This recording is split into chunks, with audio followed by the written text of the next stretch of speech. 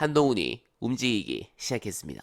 해외 직구 관련해 페북으로 복귀했는데 물론 현재 정부가 생각 없이 큰 실수를 해서 민심이 일방적으로 비판하는 상황이었으니 여기에 딱 분위기 타서 한마디 하며 기사를 쓸 수밖에 없도록 만든 것이죠. 그런데 이 페북 내용은 그리 중요하지 않습니다.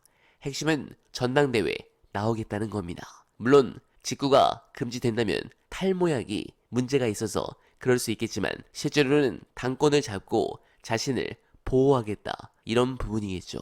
그래서 요즘 국민의힘 내부에서도 한동훈 관련 말들이 많아졌습니다. 일단 총선 백서와 관련해 한동훈의 책임이냐 아니냐라는 부분을 두고 국힘 내부에서도 강하게 싸우고 있으며 대선 주자를 노리는 홍준표의 경우 이준석과 연합을 해서 한동훈을 치고 있습니다. 이런 부분 때문에 한동훈의 지지자들은 현재 국힘의 총선 백서 움직임이나 또는 한동훈을 때리는 정치인들을 비판하면서 팽팽하게 맞서고 있는데 글쎄요, 그 무엇보다 핵심은 윤석열과의 관계인데 이미 이 두 사람은 끝났다고 봐야 합니다.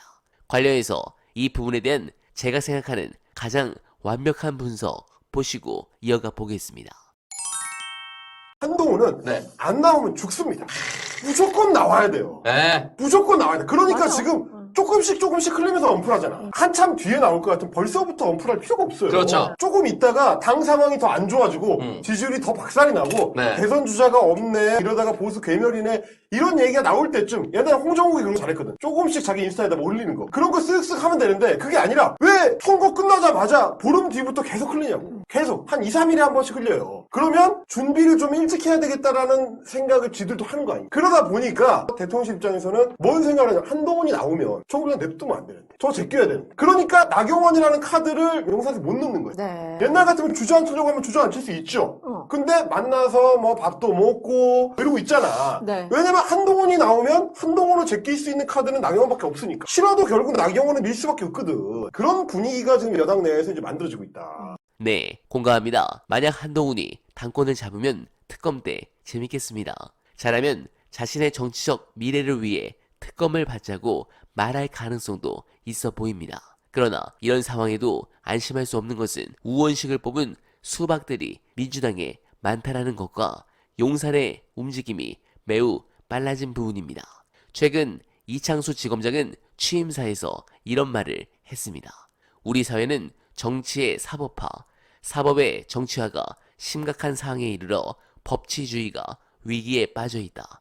이런 상황에서 검찰이 해야만 하는 일은 윤석열과 김건희 수사겠지만 저들은 저렇게 생각 안 하겠죠.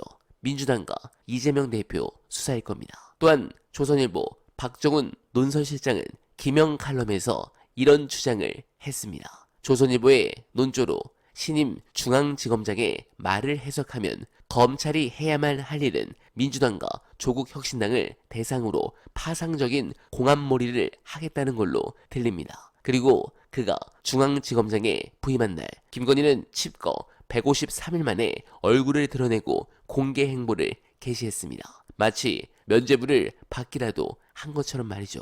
이렇게 정치권의 시계가 빨라지고 있습니다. 올해가 정말 중요한 상황인데 가능하면 두창이가 빠르게 무너져 내년에는 꼭 새로운 대통령을 만나기를 간절하게 바라면서 어나바는 오늘도 최선을 다하겠습니다.